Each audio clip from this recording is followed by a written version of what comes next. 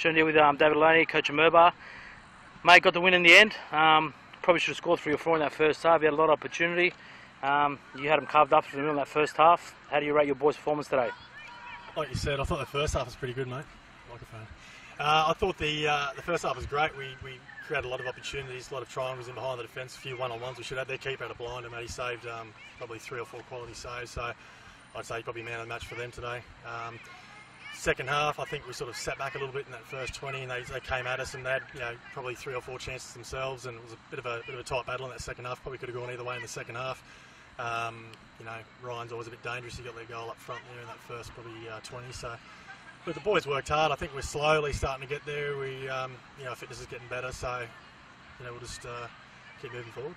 And in patches there, you guys are probably playing some of the best football you've played since the start of the season. Obviously, like you said, getting each other's feel, a few new players there and trying to see how each other's work. But does that, give you a bit of confidence moving forward and, at least at what you're trying to achieve?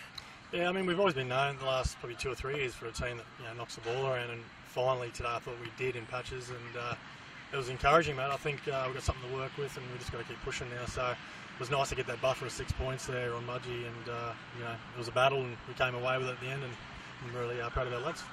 Cheers, mate. Thank you. Joined here with Sid Bigg Park, coach of Mudgeeraba.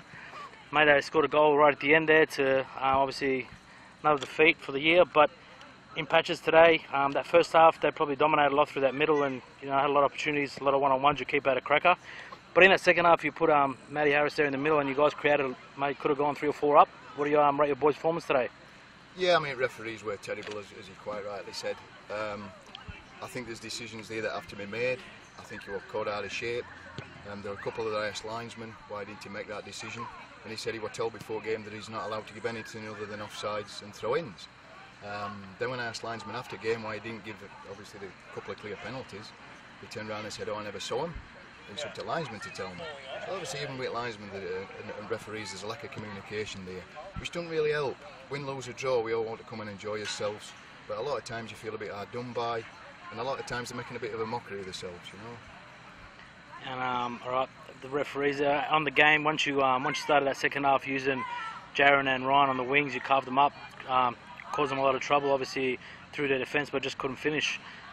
Is that the way? Obviously, the second half advice you gave to your boys at half time to use those wings and cover them up?